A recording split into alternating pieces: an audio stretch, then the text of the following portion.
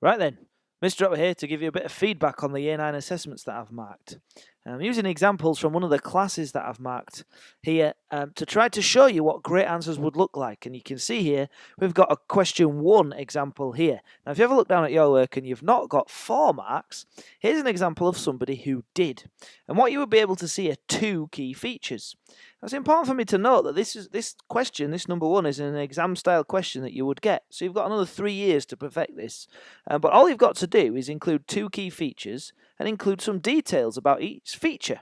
So, for example, here we've got the feature of a Motte and Bailey castle is the motte. Have you included the motte?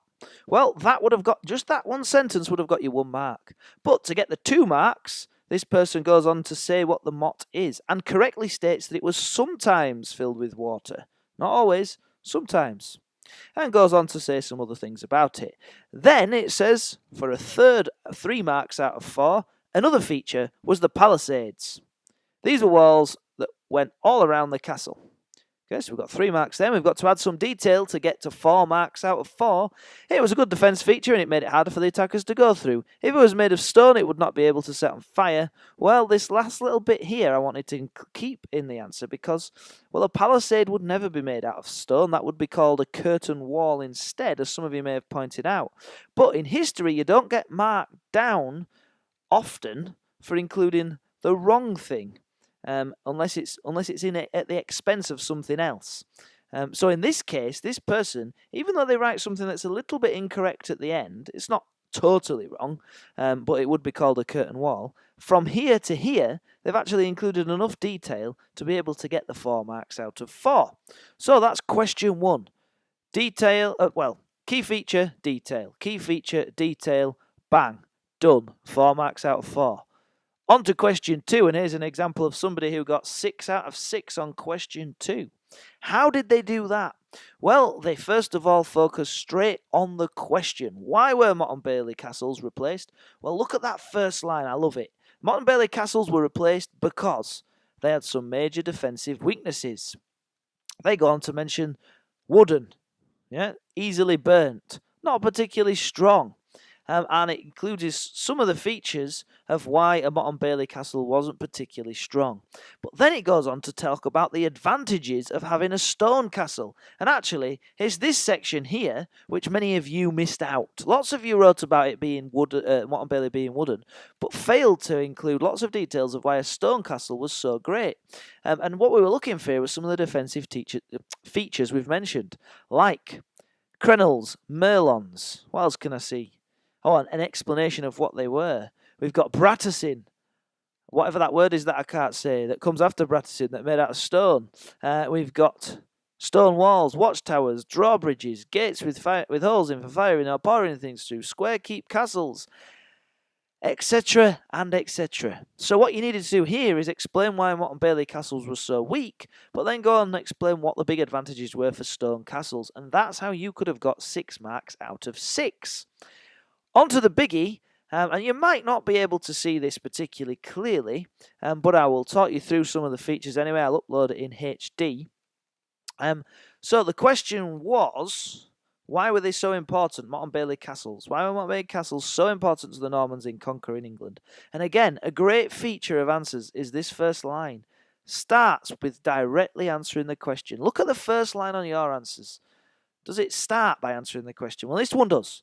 Motte and Baileys were important in conquering England for many reasons. See, I've given it a little tick because I'm really impressed with that start. Here's reason number 1. When the Normans came over to England, they only had around 5,000 men, while the Anglo-Saxons had 2 million. The Normans immediately started to make Motte and Bailey castles, which helped them conquer England. The Anglo-Saxons had never seen castles before, which was one of the reasons why the Normans conquered England. With them not knowing how to attack them, they could defend them with ease. Now, this bit I really like because it makes a point and then it explains the fact that the Saxons didn't have the technology. Sorry, I said run this down a minute. The Saxons hadn't the technology. They'd never seen the castles before, so they were unable to attack them properly. This is a really good point, which we've got this person a number of marks. Another reason why Motte and Bailey castles were important in conquering England was that they were difficult to take over. Many times people had tried to rebel, which often led to mass deaths of the Anglo-Saxons. So there we go, you see. They didn't actually manage to conquer them. Now, a better answer would be able to say that just one time over all of this did they manage to take a castle. The Normans were also smart, for whenever a group of Anglo-Saxons rebelled, they would build another castle to protect the Normans from future attacks. There you go, you see, a bit of explanation. Lots of different explanations of different ways in which castles were important to the Normans. There we go, down here. Only once was a Motte and Bailey castle taken over, which was one of the reasons why the Normans took over Britain. You see, so it does actually, maybe this is why I've given them some marks here for this point, because it does go on to mention some key statistics down the bottom here. The final reason why Motte and Bailey castles were important was because the Normans could retreat with ease. Motte and Bailey castle's main purpose was to guard themselves from attack, and if they were losing a battle, they could retreat to a neighbouring castle. Hey, that's fantastic, isn't it? It doesn't just give the facts that they've revised, that they've known, and clearly they've revised a lot. These people, this person, whoever it is, gives you more than just the detail that they've revised. They explain why it shows that Norman castles were so important. And by having Motte and Bailey castles 20 kilometres apart, Normans could easily help each other out. All they needed to do was send a message to another castle. This was the reason why Normans conquered England. Now, what's missing from this is a bit of a conclusion, or maybe the most important reason. But I tell you what, as a first attempt in Year 9 at the start of the year, this, in terms of detail, I can clearly see they've revised. They make a point, they explain it. They make a point, they explain it. Maybe at the start here they don't really explain this point about having so many fewer men, but for the rest of the answer they really do, and that's why they got the marks. But not quite full marks, but significant marks, and look at that grade there. So take some of the stuff that you've got here. Another point I'll just point out before I go away is you'll see here I've put T28. Well, if you go... Oh, well, look at my Facebook, that would be weird. But if we were to go onto my website, what you would see is all of the targets listed and a tutorial on that specific target. You need to record your target into here using the sheets I'm giving you in lesson, and you need to watch those videos and make sure you understand what you need to improve, and see me if you're not sure about anything at all.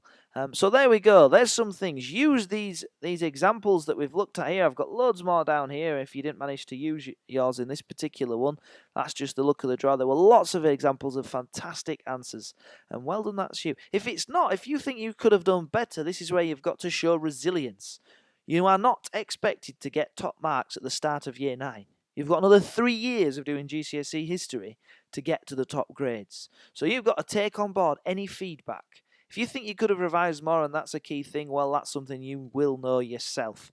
And it could be a crucial factor. But if it's something that you've not quite got right and you feel like you've put lots of effort in, show resilience. Just think, what am I going to do differently next time? Do I know 100% in my mind what I've got to do differently? And then underneath your answer, at the end of what you've just done, you're going to green pen something to show that you know what you need to do to improve. Okay, hope that's useful. Bye.